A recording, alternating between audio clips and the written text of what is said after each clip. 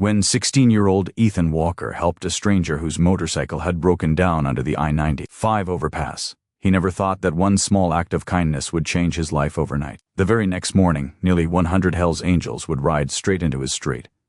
Ethan was used to fixing things. Most afternoons, he earned a little cash by repairing neighbors' lawn mowers or broken tools. That evening, he believed he was only tightening a loose chain and helping a tired engine breathe again. He didn't know that this moment would pull his two best friends, Caleb Miller and Noah Briggs, into something much bigger, something that would teach them what family really means. What happens when the most feared motorcycle club in America decide to repay a debt of honor to three boys from a forgotten neighborhood? Before we continue, take a moment to subscribe, not for numbers, but because stories like this remind us that goodness still exists.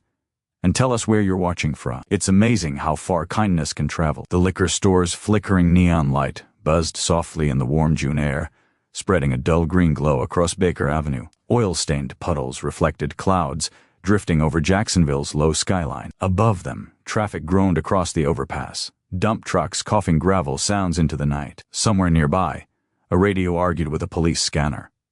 Somewhere else, an old dog barked at nothing at all. Ethan leaned against the rough cinder block wall of Mr. Lee's market. His hands were black with grease, nails stained from a long day's work. The shirt he wore once belonged to his father. Carter was stitched above the pocket, the fabric worn smooth where a seatbelt once rested. It still smelled faintly of pine and diesel. Ethan guarded that memory carefully. Across the lot, Caleb practiced slow basketball crossovers, counting under his breath like a drummer keeping time. Noah crouched beside a broken payphone, sketching motorcycles in a notebook held together with duct tape. Coach said we're running suicides tomorrow, Caleb said. My legs won't forgive him. Coach talks more than we run, Noah muttered, shading an exhaust pipe until it shined on paper. What time your mom get off? Noah asked. Midnight, Ethan replied. Double shift. We'll walk her from the bus stop. They didn't need to say like always. Some routines became prayers. That's when they heard it. A low, struggling rumble. A V-twin engine coughing like it was out of breath. Headlights cut through the dark as a black Holly rolled into the lot, wobbling before dying with a tired sigh. The rider stepped off. Tall, broad-shouldered. A salt and pepper beard framed a road-worn face. He removed his helmet and ran his fingers through hair that gravity had finally claimed. His leather vest was heavy with patches that meant nothing to the boys yet, and everything to the road. He stood still, breathing hard, like someone who had just surfaced for air. Ethan recognized the look instantly, the look people wear when the last thing they're counting on gives up. Chains loose, Ethan called out. Might have lost a tooth. Carbs sound starved too. The man turned surprised. You know bikes? He asked. I know machines that want to live, Ethan said. He glanced at his friends. You coming, or just gonna stare? Caleb jogged over. Noah tucked his notebook safely away and followed. Up close, the Harley looked like a story written in chrome and scars. Ethan tapped the chain, listening. Caleb studied the bike's frame. Noah began sketching again, measuring with his eyes like he was planning his future. Name's Rowan, the man said. Rowan Pike. Ethan. That Allen key, Ethan said. The 4mm. Rowan handed it over. You kids always fix bikes at night? Rowan asked. You look like you needed a win, Caleb said.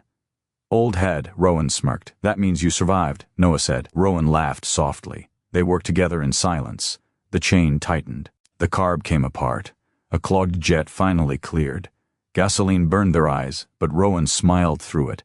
Where you headed? Ethan asked. Rowan hesitated. Savannah. Hospital. My mother, he didn't finish. They reassembled the carb. Ethan adjusted the idle. Rowan started the bike. The engine roared back to life, strong and steady. Rowan reached for his wallet. Don't, Ethan said. Just make it to your mom. Rowan studied him, then handed him a card. My shop in Savannah, if you ever need anything. Rowan rode off into the night. Morning came heavy with storm clouds. Then the street began to shake. Not one engine. Dozens. Caleb sat up fast. Noah froze. Ethan stepped onto the porch. Baker Avenue had become a river of motorcycles. Leather.